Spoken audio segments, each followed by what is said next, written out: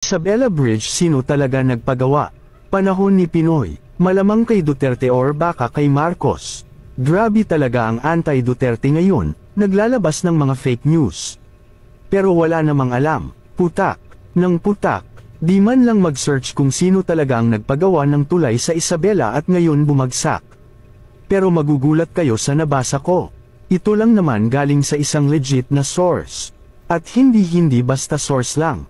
Ayon sa Wikipedia ito, the contract for the construction of the Cabagan-Santa Maria Bridge in Isabela Province was awarded on October 21, 2014, during the administration of President Benigno Aquino III, who served from June 30, 2010, to June 30, 2016.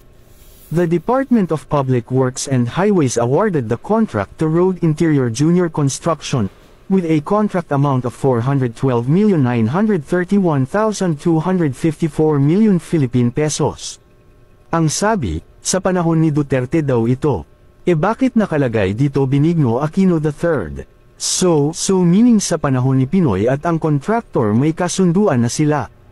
At ang budget na 412.9 million nasa kamay ng contractor bago pa si President Duterte. O ngayon paano nyo nasabi? Anong kinalaman ni PRRD? Nasa kamay na ng contractor ang amount para magawa yung tulay.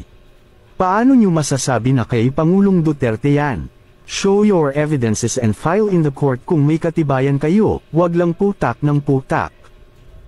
At hindi ba, pagkaupo ni Pangulong Duterte ay malapit nang matapos ang tulay na ito? Nasa 70% completion noong siya na ang nakaupo. Pero sa kasamaang palad ngayon di magandang pagkakakoa ang tulay kaya bumagsak ito. Sa ngayon sinusubukan inaalam pa kung anong dahilan sa pag-collapse ng tulay. Napag-alaman din na dumaan ngayon sa administration ang proyekto na ito. Kay BBM hanggang matapos ang retrofitting at strengthening ng Marcos administration sa taon 2023 hanggang 2025, pinandohan lang naman ng 274 million.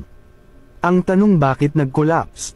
Ang tulay sa pagdaan ng truck at loaded at karga ay mga bato, na bagong retrofitting o pagsisaayos at pagpapalakas ng tulay under ngayon kay Marcos administration. Bakit lahat ng sisi kay Pangulong Duterte? Bakit hindi sa nagpapaayos at pagpapalakas ng nasabing tulay? Kayo nang humusga sa nangyayari. At hintayin ang final assessment ng DPWH kung sino talaga may kasalanan at mananagot sa batas.